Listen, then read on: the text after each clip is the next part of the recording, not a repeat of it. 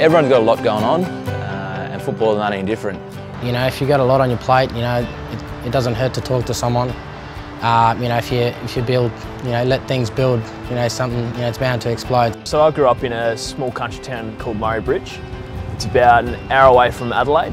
I spent my first 18 years in the same house, in about 200 metres away from school. And I've got an older brother, a younger brother, and 4 foster brothers and sisters, so it's a pretty big family. Lived in Darwin for a number of years until I was about 6, and moved over to the Tiwi Islands, where most of my family are. And the main thing I remember is just walking around bare feet, not having any shoes on, you know, over there. So, you know, I live pretty close to the beach, so doing a lot of fishing and doing a lot of shooting, you know, with my family is something I really enjoyed. We grew up in Bunbury, south of Perth, about 2 hours.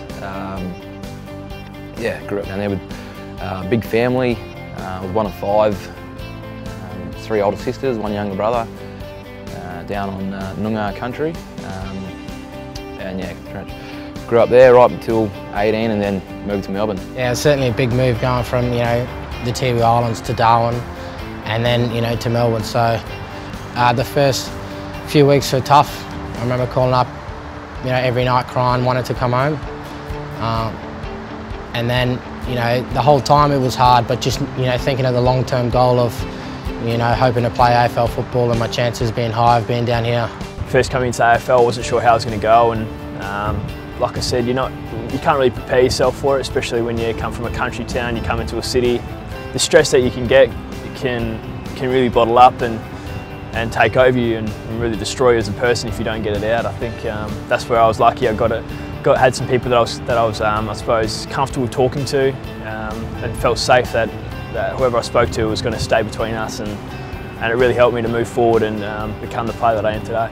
You know where you stood with your family and the community growing up, and soon you're taken out of that. Coming to a town like Melbourne, you don't know anyone pretty much. I didn't see an Aboriginal person for probably the first 3 months, other than Flash and the boys at the footy club.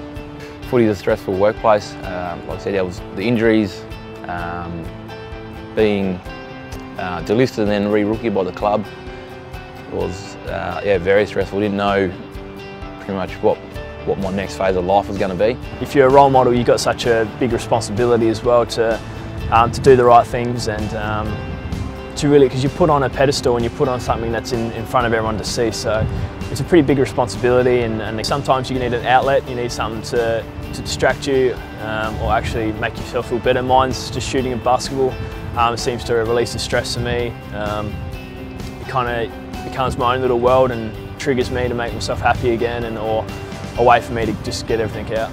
I found that a routine is pretty good for me, so, you know, eating dinner and eating breakfast at the right times and eating healthy is something that I found if, you know, I'm doing those sort of things right, then, you know, it will transfer to my football. And I guess just trying to keep your mind busy and doing everything you can, you know, what the school was doing, if they had activities doing, I'd do them, so that helped.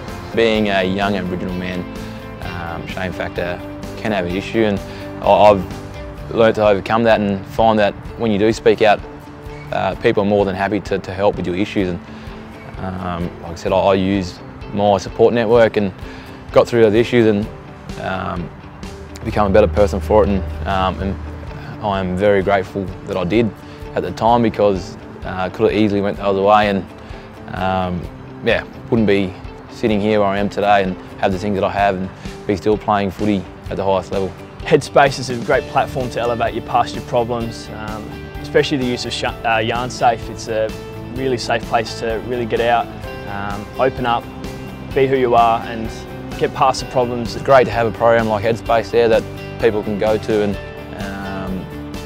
address those issues, so to help them move on as people and yeah, create a better future for themselves.